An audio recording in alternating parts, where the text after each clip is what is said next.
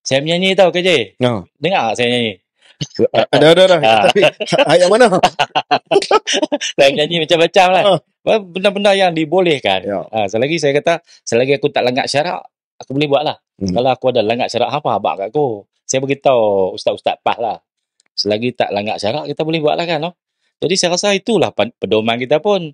Selagi batas syarak tidak membataskan, kita tak cross the line.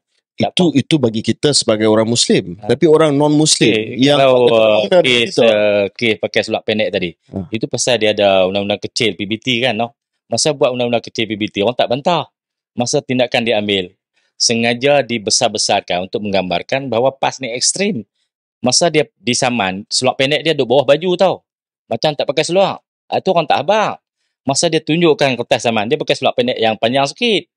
Jadi benda-benda itu, dan dia pun pergi bayar saman dah pun. RM50 ya, bukan yang mahal. Tapi yalah, sebab dia mematuhi undang-undang. Tak boleh mengawal moral, tak boleh mengawal etik orang ke apa semua kan. Itu memang menjadi perjuangan DAP. Agama tak boleh kawal orang.